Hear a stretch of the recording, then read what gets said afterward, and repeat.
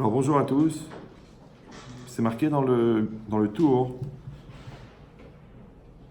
c'est marqué que les Béné Israël, lorsqu'ils vont au Yom Hadin, Lovshim Levanim, ils s'habillent en blanc, Mitadfim Levanim, c'est-à-dire ils s'enveloppent avec des draps blancs, des habits blancs, ou Megalchim Zekanam, ils se rasent, Vechotrim Siponem, ils coupent leurs ongles, Veochrim Veshotim, et ils mangent, et ils boivent, Vesmechim, Berosh Hashanah, ils se réjouissent à Rosh Hashanah.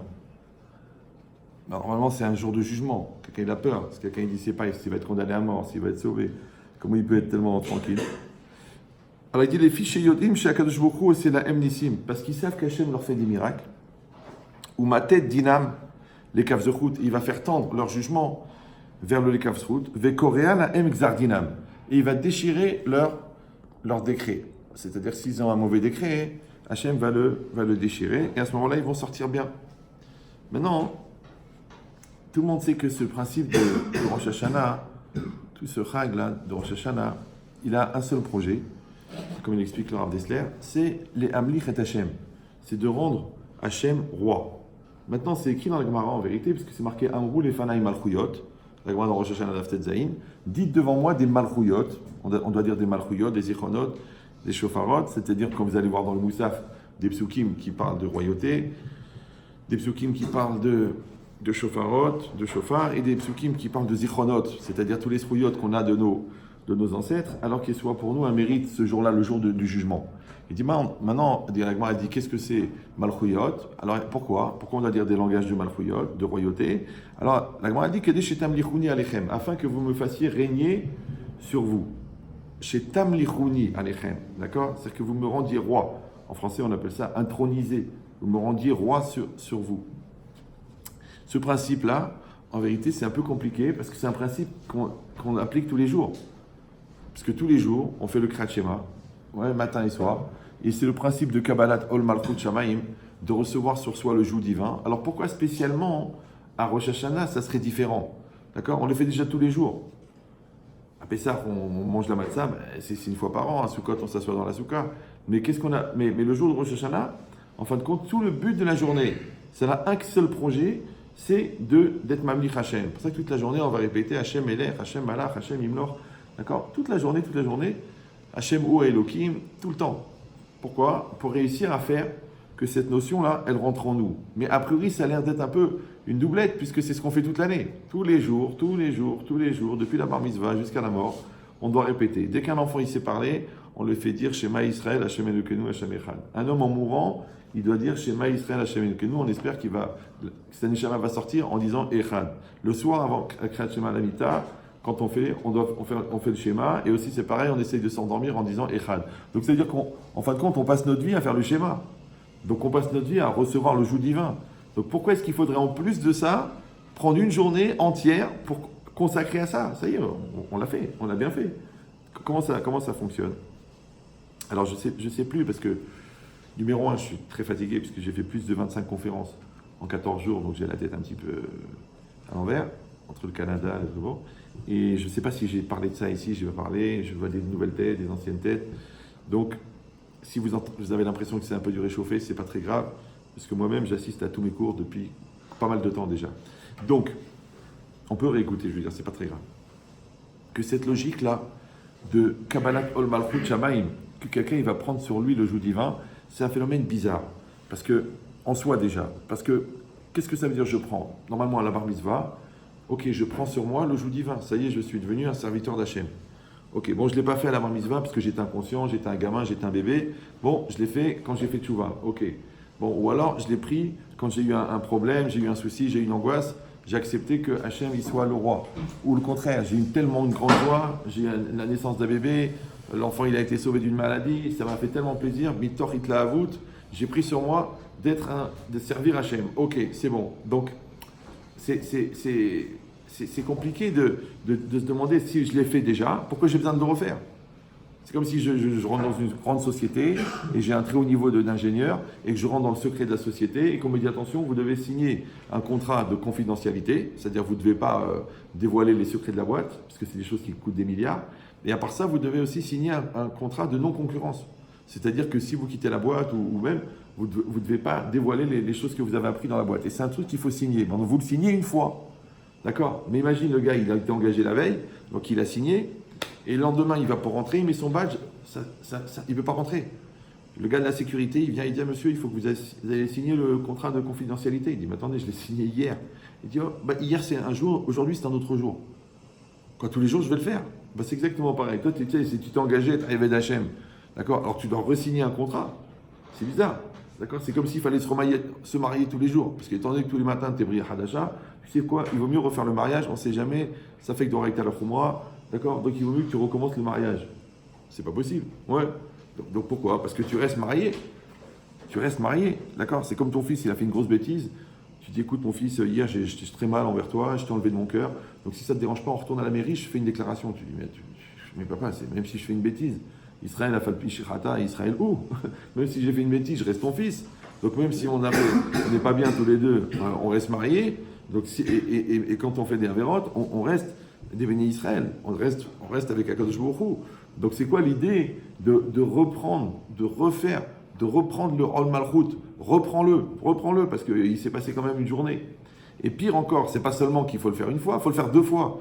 Il faut le faire le matin et le soir. Ça veut dire que l'engagement de la veille n'est plus valable le matin.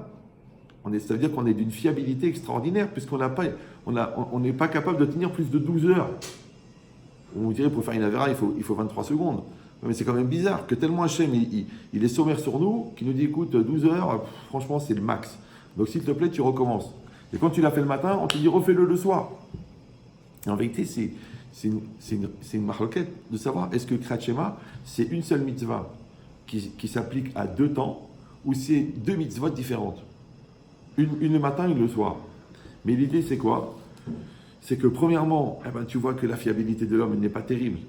Ou alors, ça veut dire que le danger est tellement grand qu'on est obligé de reprendre encore un chiyuv pour tenir. D'accord?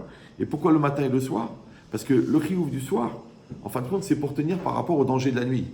Mais le chiyuv de la journée, c'est pour tenir par rapport au danger de la journée. Maintenant, on sait que le Yetzirah de la journée et le Yetzirah de la nuit n'est pas le même.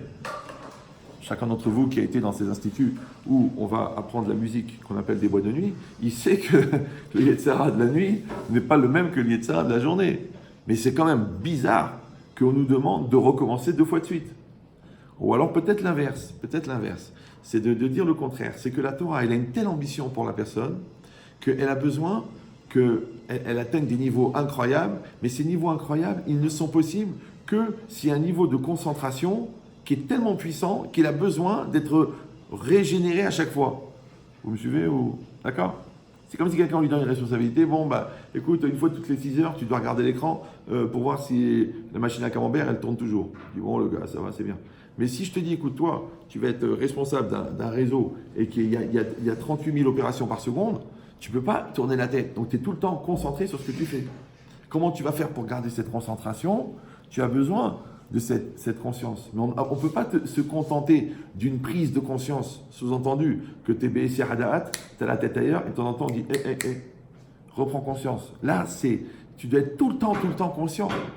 On a déjà expliqué que la Avera, c'est un Isser Hadaat. D'accord? C'est une perte de conscience. Et qu'un Ben Israël, à l'extérieur, c'est pas obligatoire, c'est optionnel. Mais pour un Ben Israël, c'est impossible. Parce que Isser Hadaat, c'est la Avera. Ouais. Ça veut dire qu'un homme, il doit être tout le temps conscient, premièrement, de la réalité premièrement, de lui-même, il est conscient de lui-même. Après, il est conscient que Hachem, il est au-dessus de sa tête. Après, il est conscient qu'il en est conscient. Je ne sais pas si vous... Ouais, parce que quelqu'un, il peut savoir. Comme toi, comme quand tu pries. Tu dis, Atachonen Adamdad. Si je dis, ça veut dire quoi la traduction? Je dis, je sais, ça veut dire, tu prodigues l'intelligence. Ok. Je dis, mais au moment où tu l'as dit, tu as compris ce que tu as dit? Non, je sais ce que ça veut dire, mais au moment où je l'ai dit, je n'ai pas compris. D'accord? C'est comme quelqu'un, il sait qu'il est marié, ok. Mais ça lui arrive d'avoir des actes bizarres. Donc, ça veut dire qu'il a une connaissance de son mariage, mais il n'a pas une conscience de son mariage. Vous voyez ce que je veux dire? Donc, de la même manière, une personne, ça ne lui suffit pas d'avoir la conscience. Parce que même les animaux, ils ont conscience. La vache, elle sait très bien qu'elle est en train de manger. Le problème, c'est qu'elle n'a pas conscience d'avoir conscience. C'est-à-dire, elle n'a pas la conscience au-dessus de la tête qui est en train de dire, hey, tu sais que tu es en train de manger là. Normalement, c'est ça la différence entre l'homme et l'animal. Parce que la vache broute l'herbe et l'homme fume. Enfin, et l'homme, lui, quand ça m'a échappé, mais ça veut dire que la personne, si elle perd sa conscience, en vérité, elle ne perd pas la conscience de la réalité, mais elle perd la conscience de la conscience qu'elle est dans la réalité. Et c'est ça ici, Hada'at. C'est-à-dire qu'à un moment, ton corps, il fait des choses que toi-même, ouais, c'est là que tu dis, après, tu dis, ah, j'ai retrouvé mes esprits, ah, j'ai pris conscience, j'ai compris la gravité. Malheureusement, souvent, même par exemple dans des cas très graves d'adultère, où la personne, elle dit, Rav, je me suis rendu compte de la gravité de ce que je fais. Mais c'est très bizarre que les gens se rendent compte après qu'ils se font attraper. Non, c'est vrai, c'est intéressant au niveau psychiatrique ou zoologique, d'accord? Que la personne, elle faute, elle ment, elle triche, elle embrouille, elle tralouette, et le jour où il se fait attraper, parce que sa femme, elle tombe sur un texto, ou elle rencontre son beau-frère à l'hôtel, ouais, d'un seul coup, hop, il appelle le Rav, Rav, j'ai pris conscience, je me rends compte, c'est grave, je suis fou, oui, j'ai une famille, j'ai une femme, je l'adore, et je trahis et tout. Je dis, pourquoi tu te réveilles maintenant? Ça veut dire qu'on peut faire des choses en toute conscience, sans avoir la conscience de ce qu'on est en train de faire. Parce que qu'est-ce qu'elle fait ta femme? Elle te rappelle ta conscience. Qu'est-ce qui fait ton père? C'est ta conscience. Ouais. Et qu'est-ce qui est le Rav? La conscience. C'est comme je me rappelle quand j'étais à l'Yeshiva, j'étais très très très sérieux. Bon, ça n'a pas l'air, mais j'étais très très sérieux. Et 2 fois, je suis sorti de l'Yeshiva pour aller faire une course où je suis allé chez un docteur. 2 fois, jamais je sortais, jamais. Les 2 fois où je suis sorti, j'ai rencontré le Rav. Qui venait jamais à cette heure-là. D'accord? Alors, il m'a regardé, genre un petit sourire, bravo le glandeur. Mais moi, j'étais jamais en dehors du CDR, ça n'existe pas. Le matin de mon mariage, j'étais au CDR. Jamais j'ai raté le CDR, jamais. Genre, quand il y a une fois, un gars, il est sorti, on l'a trouvé dans sa chambre en train d'écouter la radio, on croyait que le monde, il allait se détruire, ça n'existait pas qu'un gars, il n'est pas au CDR. On ne savait même pas ce que ça voulait dire. Dans la chambre, dans les horaires du CDR, on ne savait pas, la chambre, elle n'existe pas. Ouais. Bon, en tout cas, après je réfléchis, mais pourquoi je l'ai rencontré juste le jour où je sors? Il vient jamais à cette heure-là. Il vient parce que le bon Dieu veut me dire, écoute, c'est dommage, parce que tu es sérieux, et puis Tom, tu sors. Ok, tu dois aller chez un docteur? Va le vendredi, trouve un rendez-vous, d'accord? Tu dois, je sais pas moi, un truc sérieux, pas des bêtises, mais tu dois sortir. Eh ben débrouille-toi pour que ça soit pas pendant le CDR. Maintenant, le fait de le voir, qu'est-ce que ça fait en fait? Tu es gêné. Pourquoi tu es gêné? Parce que tu es conscient. Au contraire, si tu es bien, bah, tu assumes, il n'y a pas de problème. Donc en vérité, quand tu es surpris, ou quand tu es choqué, ou quand tu es mis de bayesh, ouais, et ben en vérité, c'est quoi? C'est la boucha. Et boucha, c'est les mêmes lettres que chouva. Chouva, c'est quoi? C'est la tchouva. Donc tu ne peux pas faire tchouva sans boucha. Or, c'est quoi la boucha? C'est quoi la honte? La honte, c'est quand il apparaît la distance entre ce que tu es censé être et ce que tu es. C'est ça la honte. Maintenant, si tu as honte, ça veut dire que tu es conscient qu'il y a une différence entre ce que tu dois être et ce que tu es. Donc maintenant, c'est impossible de faire teshuva si la personne ne fait pas la différence entre ce qu'elle doit être et ce qu'elle est. Maintenant, comment il s'appelle? Ce que tu es, c'est la conscience. Qu'est-ce que c'est ce que tu dois être? C'est la conscience de la conscience. Maintenant, si toi, tu es tranquille dans le rôle de l'animal ou du brel ou du batlan, c'est-à-dire que tu n'as pas conscience. Je dis, mais attends, mais tes parents, ils payent. Tu es investi, tu es en Israël, tu pourrais faire des études, c'est dommage. Ouais, mais je comprends, ouais, moi je suis jeune, je peux profiter de la vie, je veux kiffer. Mais pourquoi tu vas aller ici? Va au club Méditerranée. Tu laves des bateaux, et l'après-midi tu fais la fête, et le soir tu... Non, pourquoi tu es venu? Parce que tu dis, je veux étudier. Ah, alors qu'est-ce que c'est ça? C'est la conscience de la conscience. La conscience de la conscience. Maintenant, ça, tu ne peux pas l'avoir une fois tous les 6 mois en disant, bon, j'ai réfléchi. Non, tu te lèves, conscience de conscience. Tu vas à la tfila, conscience de conscience, parce que tu as besoin de la tfila pour ton limoud. Après, tu rentres au CDR, conscience de conscience que tu vas l'orner. Après, tu commences le Rabbi Akiva Eiger, ta tête elle part. Conscience de conscience que tu es en train de faire le Rabbi Akiva Eiger. Donc, en fin de compte, cette conscience de conscience, tu es tout le temps nécessaire. Pourquoi? Parce que ça prend des efforts pour se concentrer, mais on se déconcentre à une vitesse incroyable. Incroyable. C'est un truc pélé, d'accord? Tu commences à lire la Gemara, ta tête elle part. Tu commences la mida, ta tête elle part. Tu commences le schéma. Le schéma, tu le fais. Ouais, schéma, hop, t'es parti. Oh là là, j'ai pas de chemise pour Shabbat. Oh pur, c'est Shabbat libre, où je vais aller? Oh, mais attends, t'es en train de faire le schéma. Tu commences la mida, ta tête elle part. La Gemara elle dit, c'est comme si tu tapes à la porte du roi, et quand le roi il vient pour parler avec la personne qui a tapé, qui se trouve être toi, il n'y a personne devant la porte. C'est normal, parce que ta tête elle est là-bas. Donc cet effort-là, de maintenir cette conscience perpétuelle, oui, ce qu'on appelle vulgairement la Hirat Shamaim, elle est maîtrisée par la Kabbalat Ol Malchut Shamaim. C'est ça l'idée. Donc maintenant de savoir tous les combien il faut prendre sur soi le joug divin, ben c'est comme si on disait un pilote de course qui roule à 250 km/h de moyenne avec des pointes à 380, d'accord? Tous les combien de temps il doit rester concentré? Ben, s'il veut mourir cette semaine, il suffit qu'il arrête de se concentrer. Mais c'est un pilote de course. Donc le gars, il ne peut pas, il roule à 280. Oh, s'il a la tête ailleurs, il calcule mal son virage, la voiture, elle sort. Ben, c'est exactement pareil. Donc comment elle est ta vie? Si ta vie, elle est comme un pilote de course, tu as compris maintenant, il faut être très concentré. Si ta vie, elle est comme un campagnard qui se pose une question tous les 28 ans, de savoir si oui ou non, il doit acheter un paquet de cigarettes, oh, tu n'as pas besoin de te concentrer tellement. C'est pas la peine. Ouais, parce que de toute façon, tu raisonnes à la vitesse de déplacement des Alpes, qui elles-mêmes ne sont pas très rapides. C'est rare d'avoir croisé les Alpes. Oh tiens, j'ai croisé les Alpes. Non, les Alpes, elles ne bougent pas. Ça va ou c'est trop abstrait pour vous? D'accord? Est-ce que vous allez dire, bon, l'exemple il est un peu exagéré? Je peux te dire qu'il y en a des gens, ils sont d'une telle lourdeur que tu te dis que le poids des Alpes ne doit pas être très très éloigné. Mais c'est ça l'idée. C'est de dire, est-ce que toi, tu as compris que tu es dans un mouvement ou est-ce que toi, tu n'es pas dans le mouvement? Maintenant, quand tu n'es pas dans le mouvement, c'est-à-dire que c'est la Terre qui bouge, mais toi, tu ne bouges pas. Mais si toi, tu es dans le mouvement, donc tu es obligé de recalculer tout le temps la trajectoire. C'est pour ça que c'est un phénomène bizarre à la NASA, pour ceux qui connaissent, c'est que quand on envoie une fusée sur la Lune, il y a des ordinateurs d'une puissance incroyable qui recalculent la trajectoire tous les centièmes de seconde. Oui. Maintenant, vous savez que les pilotes qu'on prend pour piloter les fusées, c'est des gars qui ont fait 30 ans de pilote de chasse. D'accord? On leur dit qu'il faut aller sur la Lune. La Lune, elle est devant eux, ils la voient. C'est quand même bizarre que le gars, il est pilote de chasse 30 ans, on lui donne un truc à piloter pour aller sur un truc qu'il est en train de voir devant lui, et on lui dit, attends, je te préviens, à part le fait que tu vas piloter avec 30 ans de compétences, on va aussi te mettre un ordinateur qui va recalculer la trajectoire. Je dis, mais c'est complètement débile, à quoi ça sert de calculer la trajectoire? De toute façon, je sais où je vais, et je le vois, l'objectif. Pourquoi? Parce que la puissance de la fusée, et aussi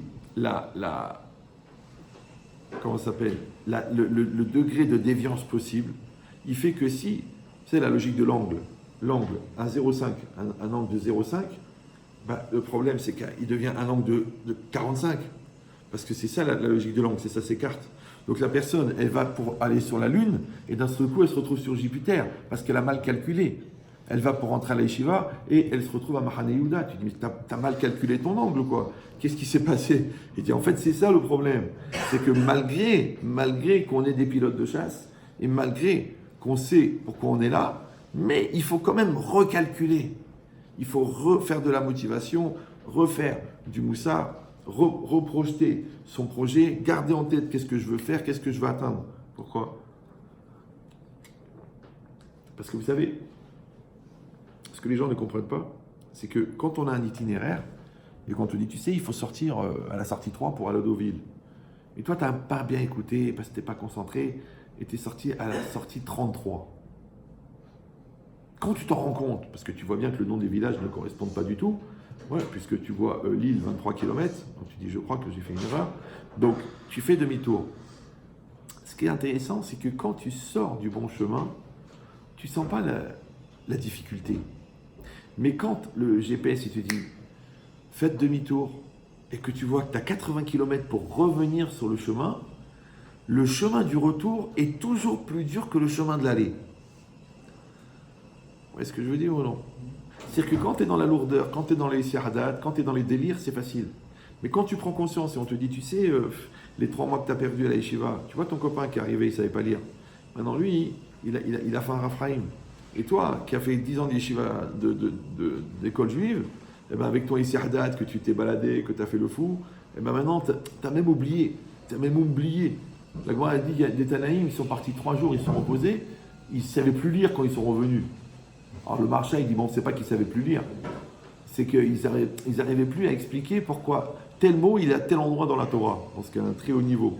Mais chacun à son niveau, le Issiardat n'est pas gratuit. C'est-à-dire que le fait de se détacher de son projet, de son objectif, fait que le chemin du retour est plus dur. C'est comme quand tu arrêtes de faire de la musculation, le jour où tu veux recommencer, ça fait mal. Pourquoi? Parce que ça fait des courbatures. Or, les courbatures, c'est quoi? Vous savez ce que c'est les courbatures? Non? Non? Quand vous n'utilisez pas un muscle de manière régulière, il cumule des toxines. Quand vous refaites du sport, pour évacuer les toxines, ça fait mal. C'est ça les courbatures. Donc qu'est-ce qu'ils font les gens? Ils prennent sur eux de faire du sport parce qu'ils voudraient avoir des pectoraux à la place d'un cerveau. Donc ils commencent à faire de la musculation, ça fait mal, au bout d'une semaine ils s'arrêtent, mais ça va faire mal pendant 2 semaines. Parce que tu dois éliminer les toxines qui sont dans le muscle. Quand tu les élimines après, c'est facile, tu as pas mal, tu peux continuer à faire du sport, ça fait pas mal. Mais quand tu t'arrêtes, parce que ça fait mal, donc qu'est-ce qui se passe? Tu recumules des toxines, après tu reprends des résolutions, tu recommences à faire du sport, ça te refait mal, tu te décourages. Tu vois, la vie, c'est ça. Maintenant, dans le moussard, c'est la même chose. Quand toi, tu pratiques tout le temps le travail des midotes, donc après, quand il s'agit de faire un effort, c'est facile pour toi. Mais quand tu fais jamais le travail des midotes, tu fais pas de remise en cause, tu fais pas d'auto-analyse, tu fais pas d'autocritique, tu fais pas de compréhension personnelle, tu prends pas du recul, tu travailles pas ton lekaf zechut, tu travailles pas ta savlanout. Le jour où on te demande de faire un effort, il y a tellement de toxines, mais ça te tue. On te dit va demander pardon. Non, pourquoi? Mais réfléchis à ce qui t'arrive. Oh, ça me prend la tête. Mais essaie de te remettre en cause. Ouais, pourquoi c'est moi? Pourquoi c'est pas les autres? Mais pourquoi c'est tellement dur? Pourquoi c'est tellement facile d'être brel et c'est tellement dur d'être intelligent? Pourquoi? Parce qu'à cause de ça, à cause des toxines. Ouais, moi je vois dans le Shalom Bayit, d'ailleurs je vous conseille de vous préparer pendant la yeshiva au mariage. Nous, à l'époque, à l'Yeshiva, on disait le Limoud, c'est au Beth Midrash, mais les bitotes, c'est dans la chambre. Parce que quand le mec, à 4h30 du matin, il vient pour ranger ses sacs en plastique dans sa valise, et que tu veux qu'il meure, tu dis, mais t'es un malade, mais qu'est-ce que tu fais? Ouais, mais tu comprends, j'ai plein de sacs en plastique, je préfère les ranger. Mais il est 4h du matin, on dort. Ah ben, quand est-ce que je vais le faire? J'ai jamais le temps, je suis trop matmide. Et l'autre, il t'emprunte ton rasoir. Parce qu'il dit, ouais, j'ai un chidour, tu me prêtes le rasoir. Tu viens de l'acheter, il sort de la boîte. Philippe, tu dis, écoute, fais attention, je viens de l'acheter. Il revient, il dit, excuse-moi, je l'ai cassé, mais je me barre, j'ai la fille qui m'attend. T'as pas envie de le pousser dans l'escalier? Tu dis, attends, il est tout neuf, le rasoir. Tu le casses? Donc les midotes, c'est dans la chambre. Ouais, c'est là que tu vas dire les kafsrout. Moi, je me rappelle, je dormais sur un lit superposé. Et il y a un gars qui avait des problèmes. Alors, il venait me parler. Maintenant, moi, j'étais allongé et lui, il me parlait. Et moi, je dormais. Je dis, je dois dormir. Mais quand elle a la tronche du gars, comme ça, parce qu'il était le lit superposé, il dit, ouais, tu comprends, je suis pas bien en ce moment, je suis pas bien, j'ai envie de mourir. Je dis, amen. Il m'a dit quoi? Non, c'est pas facile, t'es en train de dormir, tu te racontes sa vie. J'ai dit, on fait ça, Bénéz Darim, entre midi et 2h. Non, 3h du matin. Ouais, je suis pas bien, j'arrive pas à dormir. Ok, mais moi, quand j'ai mal au ventre, j'invite pas tout le monde aux toilettes pour. D'accord. Donc, ça veut dire quoi? Ça veut dire que la personne, elle se rend pas compte. Et ben, ce truc-là, que toi, tu es en train de subir, si tu crois en Dieu, hein, ce que tu es en train de subir, ça veut dire qu'après, dans ton couple, ça sera plus facile. Parce que crois-moi que le Nisayon de Kaas dans le couple, il est à peu près 13 millions de fois plus fort que l'épreuve de Kaas qu'avec tes copains. C'est pour ça que tu vois que les gens qui n'ont pas travaillé les midotes à l'Yeshiva, quand ils se marient, tous les jours, le Rav, tous les jours, ah, elle m'énerve, elle est folle, elle est truc, c'est quoi son caractère, j'en peux plus, elle dépense trop. Papa, mais qu'est-ce que tu as fait à l'Yeshiva? T'as pas fait la musculation? T'as pas fait les pompes? Mais pas les pompes, parce qu'aujourd'hui, il faut beaucoup les pompes. Les pompes dans la tête. Les pompes de la remise en cause, les pompes de l'écoute. Même la charouta, c'est des midotes. Ouais, l'autre, il a raison. T'es modèle à émettre? Tu dis non, pas de tout, c'est impossible qu'un nouveau, il soit plus fort que moi. Pourquoi pas? Et alors? S'il a plus de grade que toi, il va comprendre le pshat plus vite. Donc ça veut dire quoi? Ça veut dire qu'une personne, elle doit maintenir ça. Elle doit maintenir cette conscience. Pourquoi? Parce qu'encore une fois, quand tu tires l'élastique, il peut aller très loin. Mais quand tu lâches l'élastique, il revient à sa place. Et c'est fatigant. Ouais. Donc le mieux, ne lâche pas l'élastique. D'accord?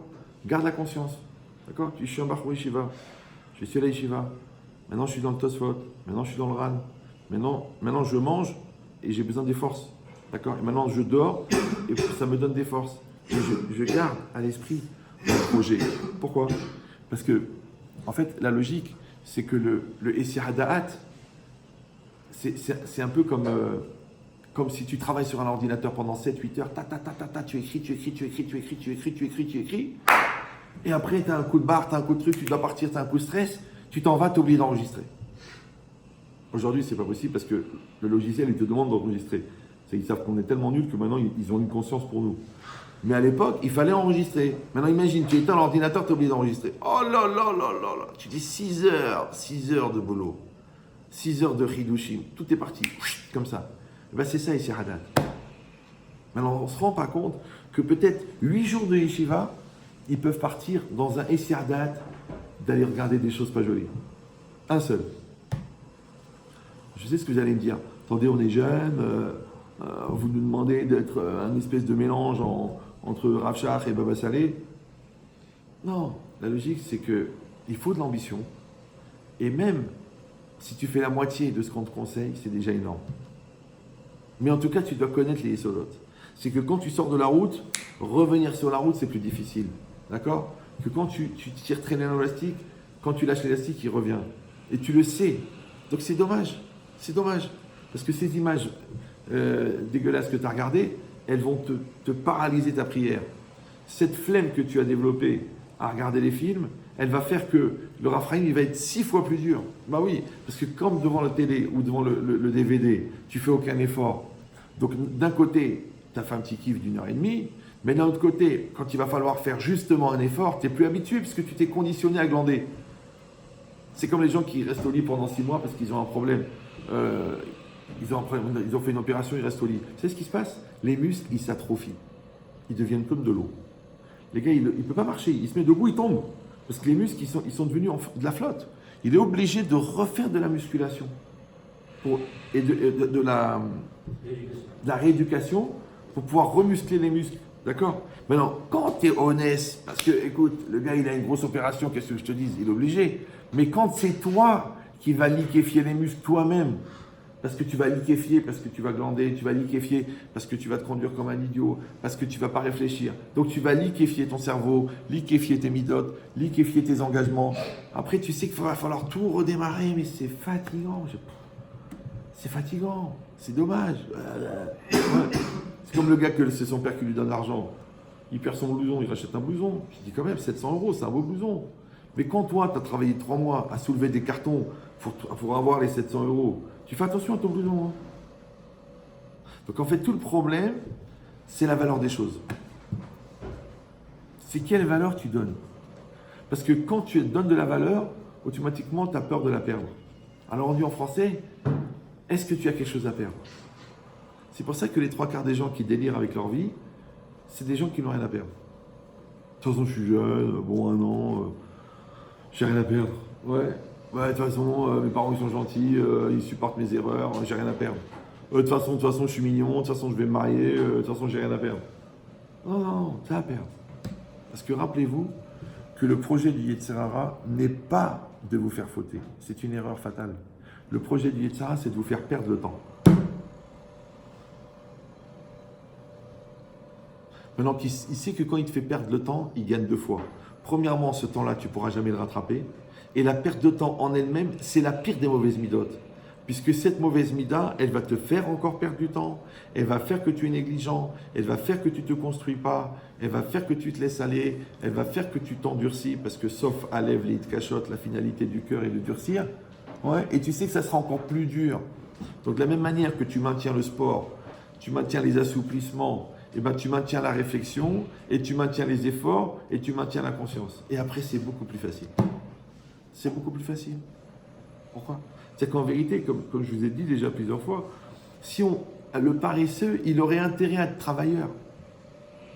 Ben oui, parce que le travailleur, il travaille très fort à un moment, et après, ses acquis sont tellement bien qu'il n'a plus besoin de faire d'efforts. Alors que le paresseux, il va glander pendant 3 ans à l'école, et après, il va être obligé de travailler pendant 40 ans pour gagner ce que l'autre, le travailleur, il gagne en 2 ans, puisque en étant travailleur, il a fait un très haut diplôme de finance et il gagne 30 000 € par mois. Et l'autre, qui a bien kiffé sa scolarité à rien faire, maintenant il gagne 1260 €. Blainara, ce qui lui laisse exactement 23 € après le paiement de son loyer. Et là, il dit, je crois que j'ai raté un truc. Ben, c'est exactement pareil. Ce que vous travaillez maintenant, moi personnellement, ça fait 29 ans que j'enseigne. Mais pendant 6 ans, peut-être, j'ai préparé des cours. Vous me croyez qu'aujourd'hui, je prépare 3-4 cours par an pour entre 230 et 260 conférences par an. Ce qui est une moyenne complètement surnaturelle pour un gars qui a un cerveau normal. Ouais. Les conférenciers que je rencontre, même des goïms, ils disent écoutez, nous on en fait 40 par an, temps de récupération, préparation. Moi je dis pas combien j'ai, il va se prendre le gars, c'est pas possible. Ouais. C'est pas pour vous raconter ma vie, c'est pour vous dire que comment 6 ans où tu travailles comme un chien, ils te nourrissent pendant 40 ans. Alors que l'autre, il est encore là, avec ses feuilles, son stylo. Ah, j'ai pas le temps, comment je vais faire? J'ai encore besoin de 15 jours. 15 jours? Mais ils t'attendent, ils sont dans la salle, tu rentres, tu parles. J'ai pas ce recul, j'ai besoin de raisonner. Vous avez vu là, vous avez vu que j'ai ouvert la feuille ou non? Vous avez vu ou non? Non? Je l'ai pas ouvert. D'accord. Donc ça veut dire, c'est pas pour moi, encore une fois, moi je suis pas une star. C'est pour vous dire que c'est des choses qui sont possibles, mais il faut les faire. Comme à Dayan, il a crevé. Il était au collège, il était Haveda, j'en sais rien, il était dans un collège de Halacha. Il a crevé pendant 4 ans, il a crevé pendant 6 ans. Après, il était Rosh Keila. Pendant 3 ans, pratiquement toutes les mêmes chélotes. D'accord? Genre, t'as raté Ya'aleh Yavo à Rosh Hashanah. Est-ce qu'il faut faire Ya'aleh Yavo dans le Birkat Hamazon à Kippour? Enfin, toujours les mêmes questions. D'accord? Donc le gars maintenant, il est clair, il est pas chaud, tu l'appelles, tac, il te répond, tac, tac, tac. Tu dis, mais attends, mais Rav, comment vous faites? Mais il a oublié de te dire qu'il a crevé pendant des années. Et après, c'est facile. Et c'est normal. Parce que prendre le métro, c'est facile. Mais creuser le tunnel, c'est dur. Maintenant, quand tu as creusé le tunnel, après, c'est facile. Et dans tout, c'est pareil, tu as bien travaillé les milotes, bien. Après, tout est facile, parce que tu fais les bons choix, tu rencontres les bonnes personnes, tu t'arranges facilement avec ta femme, tu gères avec les enfants, parce que tu es blindé, tu es armé, tu es Schwarzenegger des milotes. Mais si tu es nerveux, embêtant, lourd, laxatif, paresseux, débile et irréfléchi, chaque chose, c'est un obstacle. Chaque chose. Ta femme, elle t'a mal parlé, l'autre, il t'a pas compris, l'autre, il t'a mal entendu, l'autre, il t'a pas rendu l'argent. Mais tu vas devenir cinglé. Mais la vie, c'est une torture. Mais pourquoi? Parce que t'es pas blindé.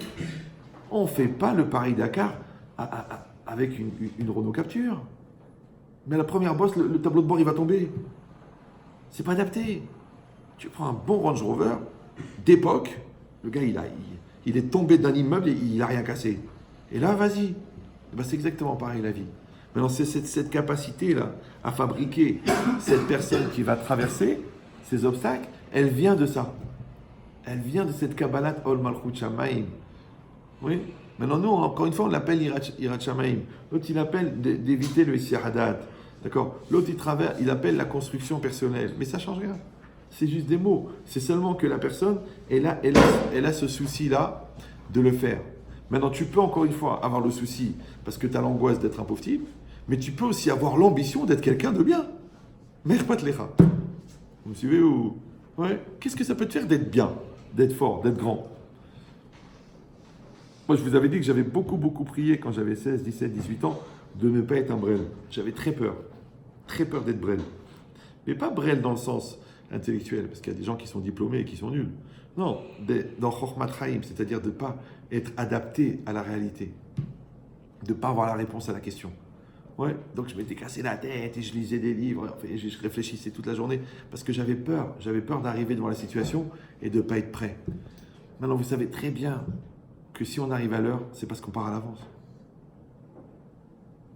Donc quand les gens ils viennent la veille de la Choupa me dire « Bon Rav, en une phrase, Shalom Bayit, c'est quoi ?» La veille de Rosh Hashanah, « Rav, qu'est-ce que c'est Rosh Hashanah ?» Tu sais, j'ai dit « Mais qu'est-ce que je te dis en une phrase ?» Il y a 200 pages dans Rav Dessler. Tu veux une phrase? C'est bizarre.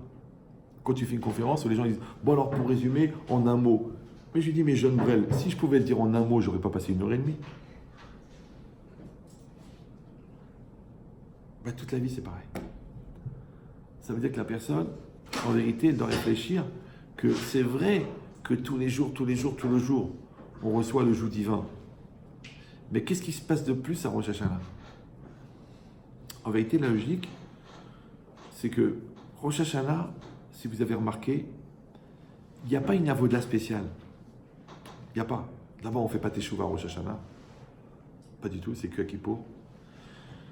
Donc, c'est pas la Teshuvah. Et il n'y a rien de spécifique, comme un Pessah. Eh ben, on doit manger la matzah. Comme à Sukkot, on doit vivre dans la Souka. Il n'y a pas une misva spécifique à Rosh Hashanah. Et si vous allez dire, oui, mais il y a le chauffard. Mais non, le chauffard, c'est pour le jugement. C'est pour annoncer le jugement. Donc, c'est aussi un sous-groupe de... C'est un sous-groupe... Qu'est-ce que j'ai fait, moi? De Rosh Hashanah lui-même. Donc, qu'est-ce qu'il y a dans Rosh Hashanah? En vérité, Rosh Hashanah, c'est un jour comme les autres, sauf que tu sais que ce jour-là, on te juge. Vous me suivez ou non? Si vous prenez l'halakha, qu'est-ce qu'il faut faire? Ouais, bah, tu te lèves le matin, tu fais Netilat, après tu t'habilles avec sniout, après tu fais tes brachot avec la kavana, après tu vas à la tfila, tu mets le talit en pensant les kayem kol ha mitzvot, après tu mets les... Enfin, tu mets pas les tfilines, mais tu commences à faire les brachot, après tu fais les mizmorim avec la hitlahavut, après tu fais le yotzer en te préparant, tu réponds à chaque kaddish avec la kavana, après tu fais le kratchema, kabbalat malchut shamaim, après tu fais le yotzer en te préparant à la geoula, après tu fais la hamida, chaque bracha c'est un korban que tu offres à Kadosh Baruch Hu comme si tu étais Kohen Gadol avec tous les tnaïm de la kavana qui sont nécessaires. Après, tu refais un kaddish, après tu écoutes la Krata Torah comme il faut, après tu fais Ashrei, après tu fais Moussaf, et après tu rentres chez toi. Là-bas, tu accueilles ta famille, tu embrasses tout le monde, tu es content de les voir, et puis tu manges les Shem Shamaim, tu fais pas d'Ashonara, c'est Rosh Hashanah quand même, ouais, tu parles pas des bêtises, après tu fais le Birkat Hamazon comme il faut, après tu lis un peu de Teilim, tu étudies un peu, tu vas à Mincha, après tu fais Arvit, c'est une journée normale. C'est une journée normale. La seule différence, c'est que ce jour-là, tu sais que tu es jugé. Et là, il y a un grand Yetzer Hara qui s'appelle, en psychiatrie, la pause. Vous savez, vous êtes à une bar mitzvah, vous êtes à un mariage, vous avez la table des Bachurim, vous rigolez, vous sympathisez, vous êtes bien et tout ça. Et d'un seul coup, le photographe de la soirée s'arrête devant la table pour faire une photo de la table. Et là, il se passe un phénomène bizarre. Vous posez. Vous arrangez la cravate, vous arrangez la coupe, vous dites on ne sait jamais, la photo elle peut traîner sur un site internet de Shidduchim. Ouais. Vous arrangez le chapeau et vous prenez la pause. Genre Rav Elchanan Wasserman. Je ne comprends pas, il y a 10 minutes. Tu étais Jackson, et d'un seul coup tu deviens Rav Elchanan. Et il prend la photo, il s'en va. Alors tu te dis, mais pourquoi j'ai pris la pause? De toute façon, j'étais normal, j'étais en train de parler avec des copains, il me prend en photo, à la limite, on dit Mazat Love à tout le monde, Mazat Tov Hatan Kala. Pourquoi j'ai pris la pause? Ah bah, t'as pris la pause, parce qu'on te regarde. Eh oui. Ça s'appelle Minachitson et Pnimi. C'est-à-dire que c'est le regard de l'autre qui génère chez toi la manière de te conduire. Normalement, ça devrait être l'inverse. Ça devrait être Mina Pnimi, Lechitson.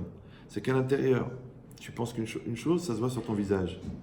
Tu veux dire une chose, ça se voit sur ton visage. Ce que tu es, ça se voit sur ton visage. Mais ça ne se voit pas parce qu'on est à la yeshiva, parce que non, même si tu te balades à Juin-les-Pins, on voit que tu es un bachor yeshiva. Non, tu dis non, Yerushalayim, à la limite, à Baït Vegan, ouais, parce que déjà, à Ramat Gan, c'est encore déjà un autre inyan. Non. Pourquoi? Alors, pourquoi tu es un bachor yeshiva? Pas parce que tu as une chemise, une cravate, mais ça, c'est évident de quoi on parle. Ouais. Non, parce qu'à l'intérieur de toi, tu es un bachor. Je suis un bachor yeshiva. Je suis un bachor. Tu poses la question. Je suis un bachor. Je peux faire un clin d'œil à une fille? T'es un bachor ou non? Ouais. Non, mais c'est juste pour rigoler, comme ça. Mais c'est pas grave, t'as le droit de faire un clin d'œil à une fille. C'est normal qui a dit qu'on est obligé d'aller au là-bas. D'accord. Mais toi, tu penses que toi, t'es un bachor? T'es un bachor ou non? T'es un bachor. T'es un bachor. Ah, tu dis, c'est pas évident. De telle heure à telle heure, je suis un bachor. Après, à telle heure, je suis un goy. T'es un bachor. C'est normal. D'accord. Maintenant, d'un côté, eh ben, c'est une itraïvout, un engagement que tu as pris. De l'autre côté, c'est une ambition que tu as. C'est normal. Tu es un bachor. Sinon, tu dis non, je ne suis pas vraiment un bachor, ou je suis un bachor. Un mutant, c'est des mutants. Ouais. Alors, les frailles, ben, ils te disent on mange un cachère à la maison. Ouais. Et toi, tu dis moi, je suis bachor, ah ben, il est vegan. Donc, en fin de compte, tu es la même chose que lui. C'est la même chose. C'est pareil, vous êtes pareils les deux. Tu dis, mais c'est grave quand même, attends, je mange de la cachère depuis que je suis né. Ouais, c'est les vaches aussi, elles peuvent manger bio. Si tu as mangé de la cachère, c'est parce que tu avais une ambition de spiritualité. Mais si tu manges de la cachère sans ambition de spiritualité, le cachère ne va rien changer. Hein. C'est stable, c'est un potentiel. C'est comme si le gars il dit je vais sûrement écrire un livre extraordinaire parce que j'ai un stylo Waterman. Non, le stylo il ne va pas écrire le laisser faire. Tu dis ouais mais quand même avec un Waterman c'est quand même plus méchoubar qu'avec un bic. Non. Le Ksot Achoshen il a écrit avec une plume. Toi tu as un stylo de folie, tu n'arrives même pas à réécrire le marcha. Alors tu vois bien que c'est pas le stylo qui fait la chose. Donc ça veut dire les kélim, on te les donne. Mais qu'est-ce que tu fais avec, c'est toi. Ben, c'est exactement pareil. Que quand la personne, elle se met dans cet esprit-là, de dire Ayom c'est Rosh Hashanah. Et c'est là le paradoxe. Parce que d'un côté, on lit la paracha de Hagar et d'Ishmaël pour dire que Hachem va nous juger tel qu'on est ce jour-là. Ba'asher ou Sham. D'accord? Donc c'est bien. Parce que tu dis, bon, alors c'est le jour de Rosh Hashanah qu'on va tout décider. Mais d'un autre côté, c'est un peu contradictoire. Pourquoi? Parce que si vous prenez, je vais voir vos connaissances en cuisine, si vous prenez des pommes de terre, de la viande grasse, du pied, de l'os, du blé, des pommes de terre, on l'a déjà dit, des dattes, il y en a qui mettent du miel de dattes, et vous mettez tout ça dans une marmite et vous faites cuire. Est-ce que le lendemain, vous allez avoir un fraisier? Un fraisier. Est-ce que c'est un fraisier? C'est une génoise comme ça, une espèce de biscuit. Ensuite la crème avec des fraises. Au-dessus encore un biscuit. Et ensuite une crème. Et après des fraises tout autour. C'est possible ou non? Avec la recette que je vous ai donnée. Oui, non? Oui ou non? Ça va être très... Non, sauf si vous croyez au miracle. D'accord? Alors ça veut dire, c'est un enseignement extrêmement puissant de la pensée Ben Shetrital. C'est que en fin de compte, tu ne peux pas être autre chose que le résultat de ce que tu as vécu pendant toute l'année. Et l'année, c'est la marmite. Ce que tu as mis dans la marmite, Baba, tu vas le trouver à Rosh Hashanah. Alors ma Pitom, elle vient à la Torah, elle dit, tu mets n'importe quoi dans la marmite pendant toute l'année, et Pitom, à Rosh Hashanah, tu t'achètes le costume noir, tu mets la kippa, tu t'entraînes, Baruch Hashem, Van Hashem, Odul Hashem, Baruch Hashem, Van Hashem. On t'attrape, on te dit, tiens Kevin, tu dis, Slicha, c'est Mordechai. Et comme tu dis, Ba'asher Usham, tel qu'on est ce jour-là, donc je suis cool. Donc je vais être le voyou toute l'année. En Rosh Hashanah, je vais être le tzaddik. Je vous prie, il voit tel que je suis ce jour-là.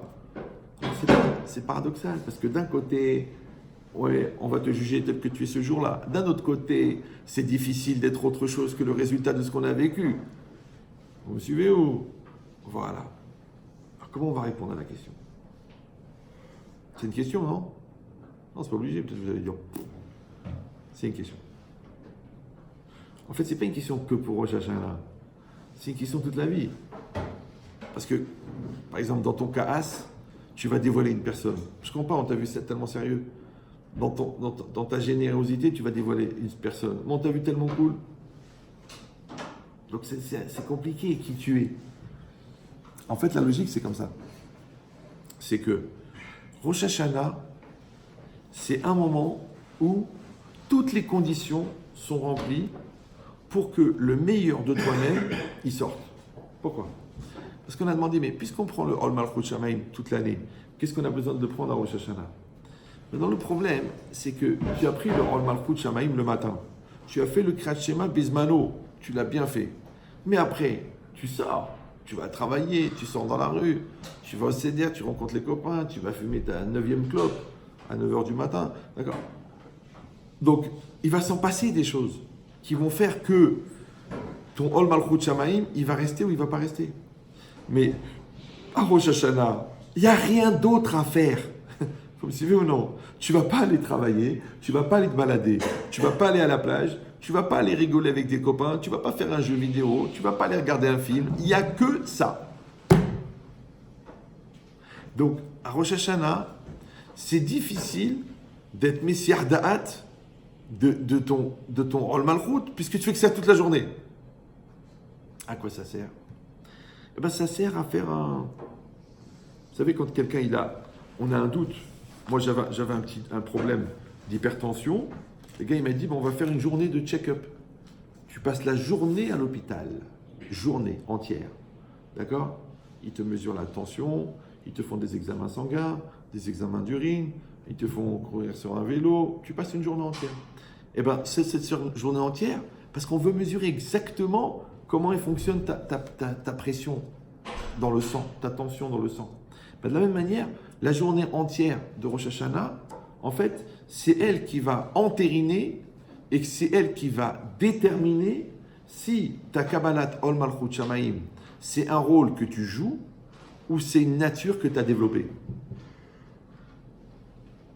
Parce que même moi, quand les gens ils m'appellent, ils disent mon mari il a fait ça, mon chidour il est comme ça, ma copine elle est comme ça, ma femme elle est comme ça. Je dis écoutez, je pose toujours la même question. Je dis excusez-moi, est-ce que ce que vous avez vu maintenant, c'est un accident, mais la personne elle est très bien, ou non, c'est sa nature qu'elle a montrée. Et là, c'est dangereux de se marier avec une personne pareille.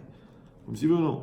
Elle est super, elle est gentille, elle est mignonne, mais des fois, elle a pris une colère, je ne l'ai pas reconnue, elle s'est mise à crier dans la rue, elle m'a insulté. Après, elle m'a dit excuse, ça ne recommencera plus, elle n'est pas comme ça, mais là, c'est un peu de ma faute, parce que je l'ai poussée à bout, parce que je lui ai dit bonjour. Alors, il dit, ah, je continue le chidour ou non? Je dis, bah pourquoi? Elle est bien, elle est super, elle est gentille, elle est mignonne, elle a une famille, elle a un père vraiment très, très, très généreux. Je dis, ok, mais toi, tu vas vivre avec le cauchemar, pas avec le chéquier. Et la fille, déjà, alors que vous n'êtes même pas fiancés, elle te fait une crise de colère comme ça. Calva Hamor, qu'est-ce qu'elle va te faire après? Fiancée et mariée. Donc ça veut dire quoi? Ça veut dire que c'est sa nature. Si c'est sa nature, papa, on ne peut pas faire écrire un poème à une vache à lait. Si c'est sa nature. Si c'est un accident, ok, on travaille les midotes. Et bien dans tout, c'est pareil. Seulement là, au lieu de le faire sur l'autre, tu le fais sur toi. Pourquoi? Parce que le Rav Yerucham Halevi, toujours il dit que le projet, c'est de faire que tes yidiotes, elles deviennent des anagotes, et que tes anagotes, elles deviennent un teva. Oui? Que tes connaissances, elles deviennent des façons de se conduire, et que ces façons de se conduire, elles deviennent une nature. C'est-à-dire, c'est rentrer dans ta nature que tu manges cachère. C'est pas seulement parce que c'est assourd. Ouais? C'est rentrer dans ta nature que tu ne te mets pas en colère. Parce que tu as travaillé à fond la Savlanout. C'est rentrer dans ta nature que tu réfléchis avant de t'angoisser. Parce que maintenant, c'est comme ça. C'est rentrer dans ta nature que tu as une pensée droite. Il y a des gens, ils font beaucoup d'efforts pour dire un truc intelligent. Par contre, il y a des gens, ils sont tellement enfermés dans leur logique qu'ils ont du mal à dire des bêtises. Ils n'arrivent pas. Parce qu'on dit à Adam, Chofshi bedimiono ve asur bemuskalo. Ouais, un homme, il est libre dans son imagination, mais il est enfermé dans sa logique. Mais ça, c'est valable pour les gens qui ont une logique. Donc, toutes ces équations que tu as fait, et tous ces exercices de physique, et tous ces Tosfot que tu t'es cassé la tête, et tous ces Rabbi Akiva, et tous ces Raphaïm, ça a fait que ta tête, maintenant, elle est droite. Ça, c'est ce qu'on dit à Torah, mais Yasheret et à Da'at. Maintenant, même si tu veux dire une bêtise, tu n'arrives pas. Tu dis, tiens, attends, je vais faire une espèce de transition rapide entre un digne de Issour Véter et la forme du bâtiment en face. C'est complètement débile. Oui, mais tu sais, dans le Yichud HaOlam, peut-être qu'on peut... Tu sais que le droit de se taire est constitutionnel. C'est dommage de renoncer à tes droits. Parce que quand tu tais, on a le bénéfice du doute. Mais quand tu parles, c'est fini, tout est parti. Donc ça veut dire quoi? C'est que tu ne peux pas dire n'importe quoi. Je dis, ouais, mais je dis ça comme ça, tu sais, ça m'est passé par la tête. Bon, tu confonds parler et rôter, ça n'a rien à voir. Les deux sont un mode d'expression, puisque on sait ce que tu as mangé, mais ça ne s'appelle pas que tu as une réflexion. Donc les hitbonen, ça vient de bonnet, bonnet c'est construit. Donc tu dois avoir un raisonnement construit. Maintenant, quand quelqu'un, il a tellement réfléchi, tellement étudié, que son cerveau il devient droit, il a du mal à dire des bêtises. Donc ça veut dire que maintenant, son intelligence est devenue un teva. Vous me suivez ou non? Alors que l'intelligence, elle peut être une culture. Tu connais un certain nombre d'arguments intelligents, donc tu peux être idiot, parce que tu connais. Le problème, c'est que quand on te pose une question qui ne rentre pas dans le lexique de tes connaissances, eh ben, tu dis une lourdeur. Tu dis, c'est pas possible, tu viens de me dire un truc super intelligent, et là tu me dis un truc idiot. Parce que c'est un argumentaire.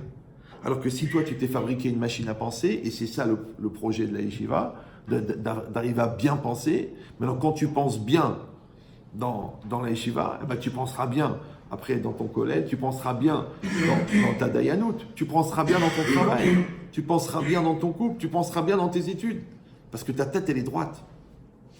Et si tu n'as pas fabriqué la tête droite, c'est pas parce que tu as un diplôme que tu seras intelligent. Parce que le travail initial, l'essentiel, n'a pas été fait. Et ben, c'est exactement pareil. Le jour de Rosh Hashanah, il n'y a rien d'autre à faire. Tu ne peux pas dire j'ai oublié parce que j'étais au travail, tu ne peux pas dire j'ai oublié parce que j'étais en train de me promener, tu ne peux pas dire j'ai oublié, j'étais pas concentré parce que je regardais un film ou parce que je faisais du Lashon Hara. C'est Rosh Hashanah. Donc en fait, qu'est-ce que tu vas faire? Tu vas faire un shiur mugbal, shalem, de concentration. D'accord? De Yirat Shamayim. Maintenant, c'est censé produire un résultat. C'est ce que la Torah elle a donné et ce que les Chachamim ils ont mis en place. D'accord? Les slichot, les tfilot, le nusach, le texte de la prière, le tzibour, le shariat tzibour, les airs de la prière, le texte de trucs, les lettres. Ouais. Tout ça, c'est pour qu'à un moment ou un autre, il se passe quelque chose dans ta tête. Pourquoi? Parce que le principal dans la vie, c'est pas ce que tu fais. C'est ce que tu deviens grâce à ce que tu fais. C'est-à-dire que toi, tu as un potentiel à l'intérieur qui va se réaliser dans la réalité. Mais dans la résonance de ce vécu fait que tu deviens. D'accord? Maintenant, ce que tu deviens, c'est le niveau de maturité. Ce niveau de maturité, il ne peut venir que par l'expérience. L'expérience, elle peut venir que par l'acte. Mais l'acte, il doit être l'expression d'une connaissance. Donc, tu as une connaissance, tu as un acte, et ensuite, tu as une résonance au niveau maturité. D'accord? En vérité, c'est un passage de la Torah. Vayadata ayom, va'ashevota elevavecha. Tu connaîtras aujourd'hui et tu ramèneras à ton cœur. Or, le cœur, c'est l'essence de l'être, c'est ton intériorité. Donc, ce que tu fabriques, en fin de compte, c'est ton cœur.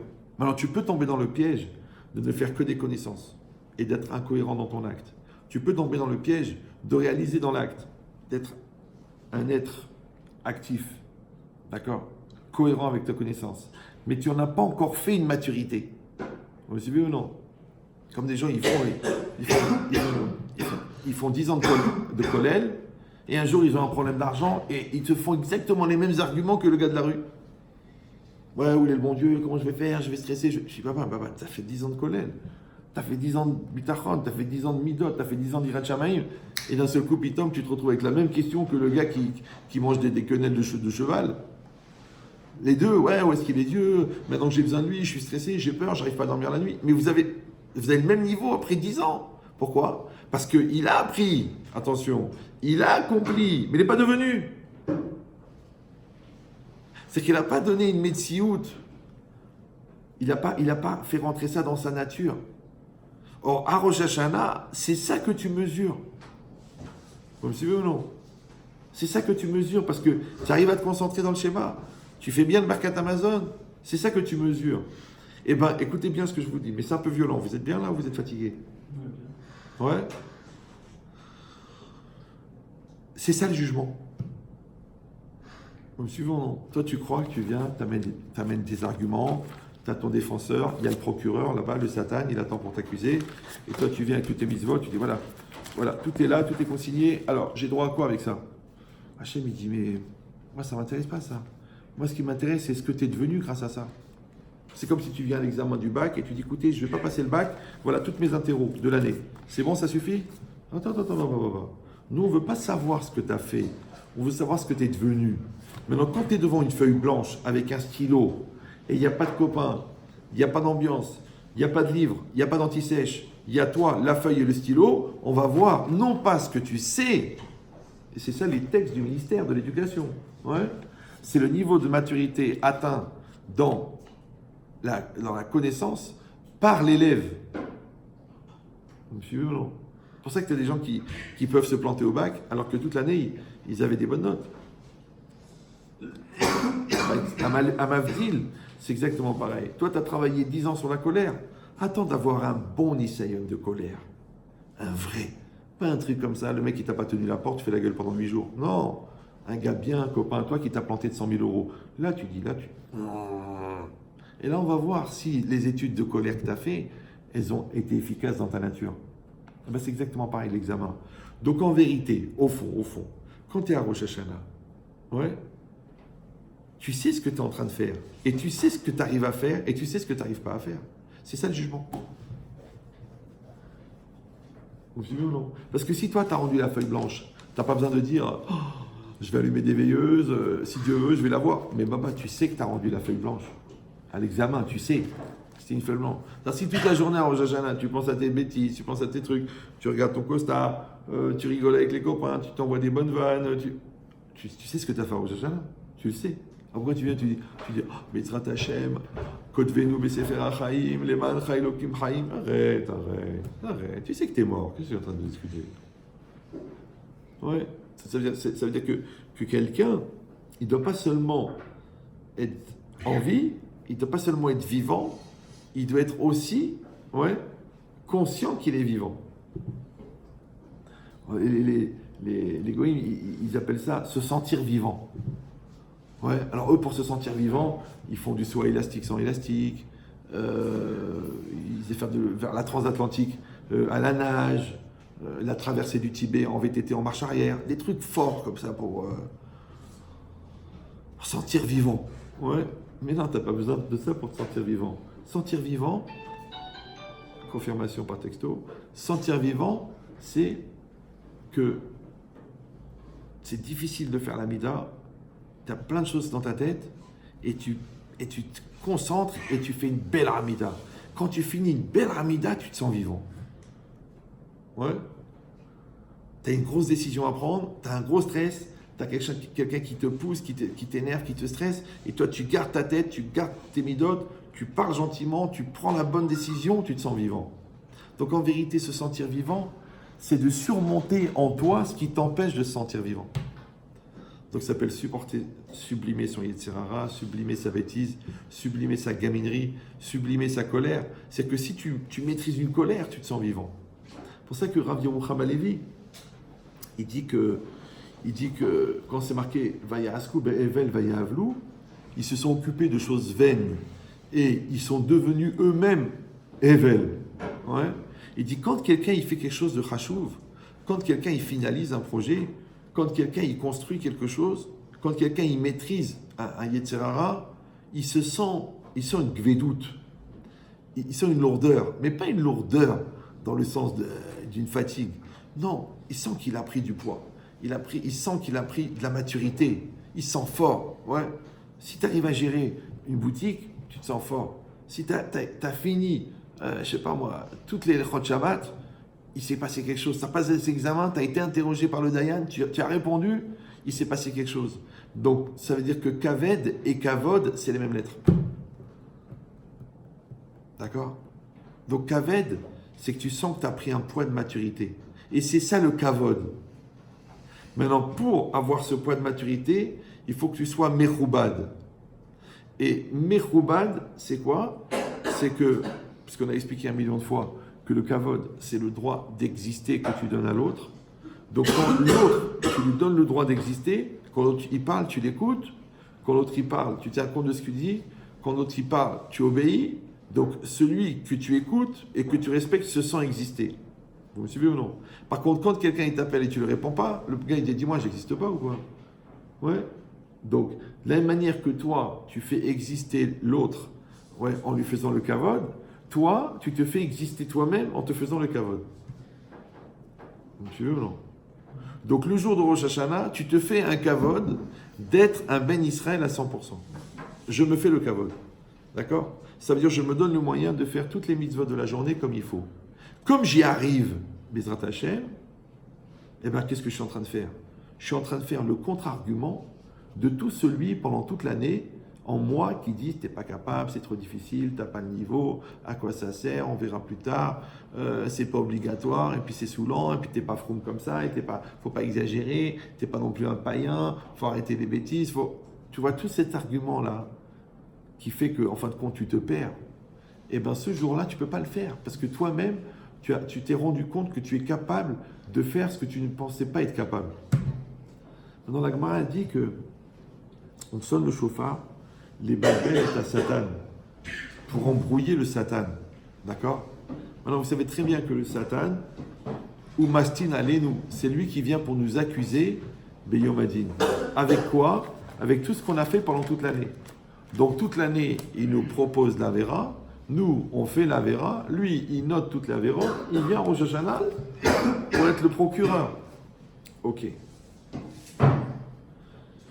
Maintenant, on sait que le Satan, elle dit la Gemara dans Baba Batra, ou à Satan, ou à Yetzirara, ou à Malachamavet. C'est un ange qui a 3 facettes. Il est en même temps le Yetzirara à l'intérieur de la personne. Il est en même temps le Satan à l'extérieur qui propose la Vera et qui nous accuse. Et en même temps, l'ange de la mort qui va finaliser si on a écouté les 2 premiers. Ça va? Voilà.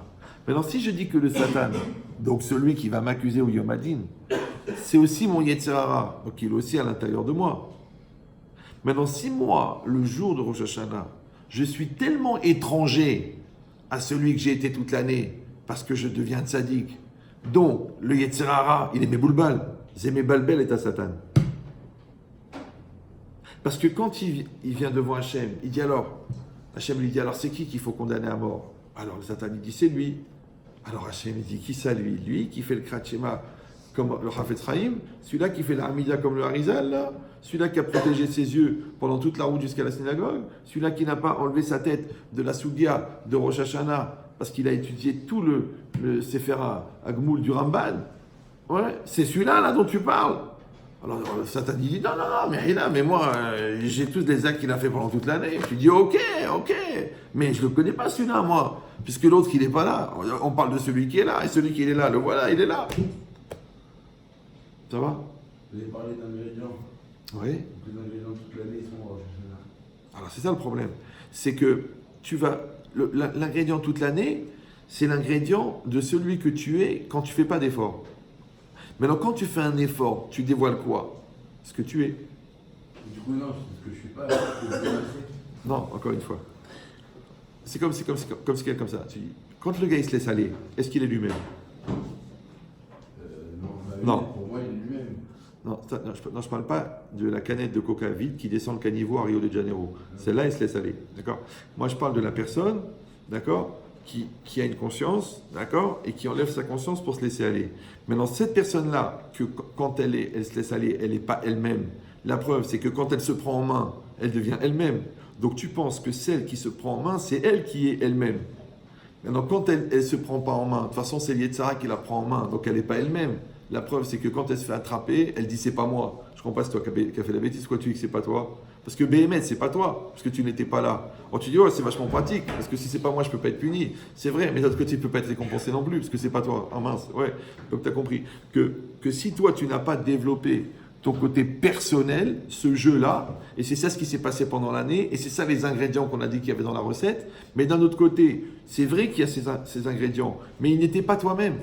Maintenant, si ce jour-là, tu es sincère, tu es spontané, tu es entier, tu es vraiment dans une position active et mature, donc là, tu es toi-même. Donc, on va te juger celui-là. Ah, tu dis ce que j'ai fait avant?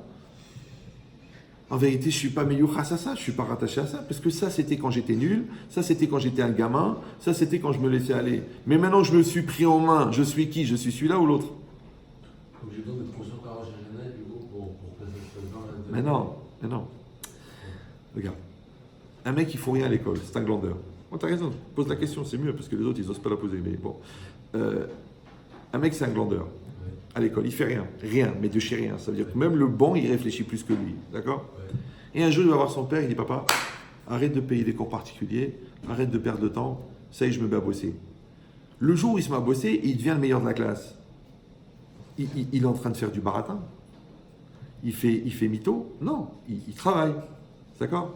Alors tu dis oui, mais d'un autre côté, tout ce qu'il était avant, hein, puisqu'il était nul, il est condamné à rester nul. Est-ce qu'on a une vache qui devient un Doberman? Mais il n'y a eu aucun progrès, il y a eu un mytho pour un jour. Non, c'est pas un jour, Raoudon Kolo. La prise de conscience, c'est pas un jour. Celle de Rosh Hashanah, elle est dans le jour au final. C'est pas un jour. Parce que je sais que je me fais juger aujourd'hui. C'est donc dommage. je vais- C'est dommage. Parce que tu confonds la bouche et le cerveau. Non, c'est pas parce que tu arrives à formuler quelque chose que c'est intelligent. Prends le temps pour réfléchir. Écoute bien. Ça s'appelle une prise de conscience. D'accord? Maintenant, la Teshuvah, tu sais qu'elle a été créée avant la création du monde. C'est-à-dire parmi les 10 choses que Dieu a créées avant le monde, il a créé la Teshuvah. Quand Dieu il a créé le monde, il a créé la matière, il a créé le temps. Donc si la Teshuvah existait avant la matière, donc elle n'est pas soumise au temps. Un. Deuxièmement, la Teshuvah, c'est quelque chose d'intérieur ou d'extérieur? C'est quelque chose d'intérieur. À l'intérieur de l'homme, il n'y a pas de temps, il dit le Maharal. Donc, ça veut dire qu'à l'intérieur de toi, dans la Teshuvah elle-même n'est pas soumise. Ça veut dire qu'on peut faire en 1 seconde ce qu'on n'a pas fait en 10 ans. Tu dis, oui, mais moi, j'ai subi un conditionnement. Oui, mais moi, j'ai mon Yetzara qui est trop fort. Oui, mais moi, j'ai une nature de glandeur. T'as raison. Mais ça, c'est sans la conscience. Le jour où tu prends conscience, c'est ça, Bria Hadasha. Pourquoi la Teshuvah, c'est comparé à la résurrection des morts? T'as vu la différence entre un mort et un vivant, toi? Un mort, il est là, il est mort. Tu dis, il est mort, je crois qu'il est mort. Tu lui marches sur la figure, il est mort. Il se lève, il écrit un livre, tu dis, il est mort ou non? Ah non, il n'est pas mort. Ah, tu dis, ouais, mais tu sais, il y a des morts qui jouent bien leur rôle. Mais quel rôle? Il est vivant, maintenant il est en train d'écrire. D'accord? Donc de la même manière, c'est vrai que c'est une question d'une journée. Mais c'est moi qui ai monté le personnage de vous dire que tu joues un rôle pendant une journée. Mais en vérité, moi, je ne parle pas du geste que tu vas faire pendant Rosh Hashanah. Je parle que tu vas utiliser le geste pour faire une prise de conscience. Et quand tu fais une prise de conscience, tu n'es plus la même personne. Donc, ce n'est pas une question de temps, parce que puisque la Teshuvah, c'est intemporel. Donc, ce que tu as fait en 1 seconde dans la prise de conscience, c'est comme des gens, par exemple, qui sont mariés pendant 15 ans. Et bonjour, au revoir, j'aime pas ta tronche, je sais pas bon, tu me fatigues, tu me saoules. Il regarde ailleurs, il drague la secrétaire. Et d'un seul coup, le gars, tac, il voit qu'il a une femme de folie, il vient mon amour, viens, on va avoir une relation d'adulte, on va se conduire comme des hommes, on va être bien, on va se construire. Qu'est-ce qui s'est passé? Elle a dit, ouais, mais c'est un peu facile après 15 ans. C'est comme tu veux, chérie. Ou je reste le même brel jusqu'à la fin de ma vie, ou alors on change. Tous les changements, c'est comme ça. Maintenant, le changement, c'est quoi? C'est le révélateur de quoi? Que tu vas jouer un rôle pendant un certain temps? Ou c'est le révélateur que tu vas être la personne que tu étais censé être? Voilà. D'accord? Donc c'est vrai qu'on t'a donné 48 heures. Mais on t'a pas donné 48 heures pour jouer le rôle du tzaddik. On t'a donné 48 heures pour révéler le tzaddik qui est en toi. Et quand ce tzaddik-là, il s'est révélé, j'espère pour toi qu'il va avoir un effet sur la suite de l'année. Non, parce que comme ça, ils posent les commentateurs. Ils disent, si quelqu'un, il a fait les 30 jours de Slichot, il a fait les 2 jours de Rosh Hashanah, il a fait les 10 jours d'Aseret Teshuvah, et il a fait Kippour.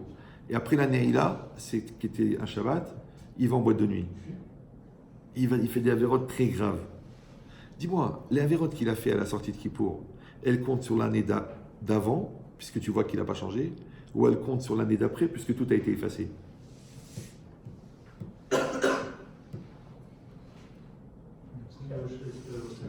Hein?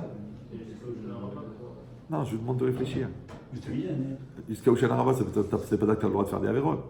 C'est comme si un gars, il veut travailler chez moi, d'accord? Il me dit, je travaille chez toi, dans le magasin. Premier jour, il vole.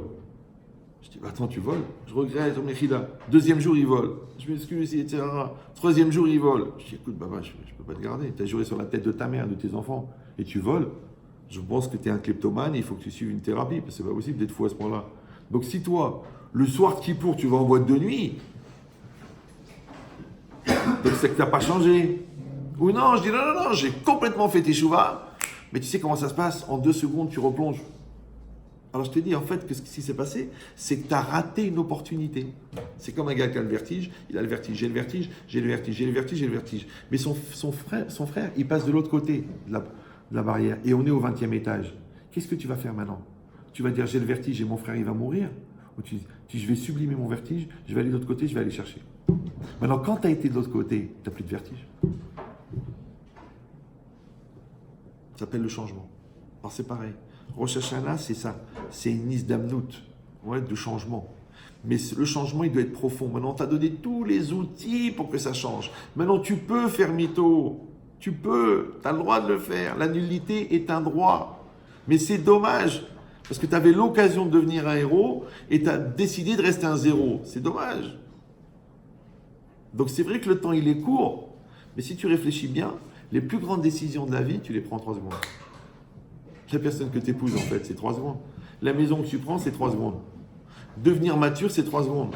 Faire tes chevaux, c'est 3 secondes. Maintenant, la prise de conscience, c'est 3 secondes. La mise en application, c'est 10 ans.